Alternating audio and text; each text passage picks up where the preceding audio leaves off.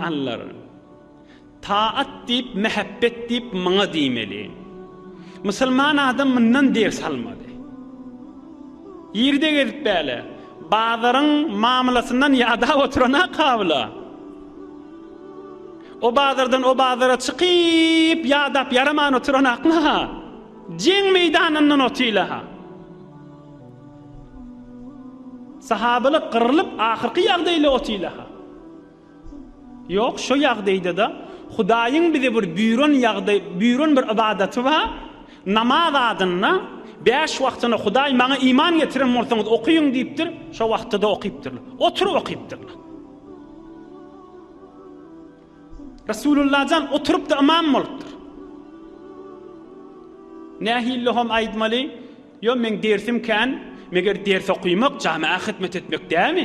Ders okuymak meger muhim dämi? Ders okuymaly, jamaa hyzmat etmeli. Muň ýanyna namazyň ähmiýeti ýok. Namaz özüň okuyjak ya okuyjakka, o bir muhim zat däki diýip nähilli musulman adam şunu rahatlyk bilen agzyn almaly. Hawlukman okuýanda 5 dagyga bolýar.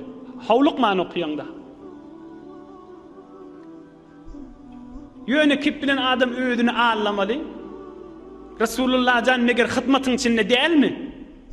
Meger cihadyň içinde dälmi? Oturup okypdyr. Gece nifil namaz okuyduğuna ki farz namaz. Allah Teala büyron zadi. Anın yan bolsaň okuyun diyen zadi. Hudaýyň azamatynyň beraberine baýat ýykylmaly diyen zadi. Koştene inkar aklu huş nist, şire baten suhriye harguş nist. Ey berekallah Hazreti Mevlana. Bular aýdanna doňdurýa goýýa. Sadece tercümesini aýdyp geçeýin. Kan üstünne ders aýtjak diýip kan durmaýyn üstünne.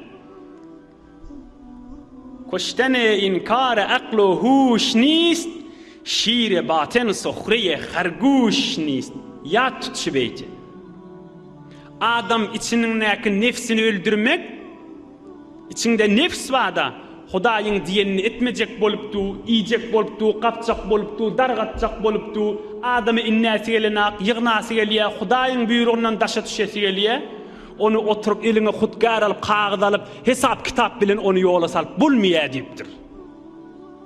Onu tahsilatın menen nefsini öldürüp bulmaya deyiptir. Koştene inkar aklu huş nist, şiiri batın suhriye harguş nist.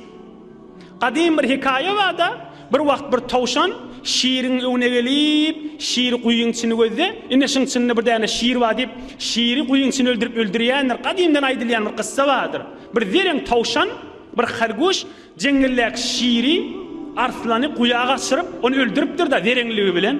O direk ödüne, eline kalam hutgar alıp, oturup pikir edenim olup, ha men şeysem Hudaýyň ýolun taparyn, şeysem men olaqan adam bolaryň deyip, ödüne Allah börme deyipdir. Hudaýyň rezaýatyny tapjak bolsaň, Hudaý Taala'nın mehabbetini tapjak bolsaň, baýat Allah'ın kelamy bilen tapmaly. Neyinki onu öz oturan zerenligiň menen, pikiriň menen, sawadyň menen, aklyň menen, tehsilatyň menen, tejrübeň menen birje qadam diýip ösüşip bolmaýar, birje qadamda. Mun Hudaý aýdýar Qur'an-ı Kerimde. Onu Qur'an-ı Kerim nämeden çürüm iýinip duranny bizlerden çürüm. Nämeden çürüm aýa ba aýa Bismillah alhamdan ta 114 sura Kul auzu bi rabbin nas'in ahirki aýasyna çürüm nämäge nazil bolupdyr? Allah'ın mukaddes kelamy Resulullah'ın ýagdaýyny görmeli.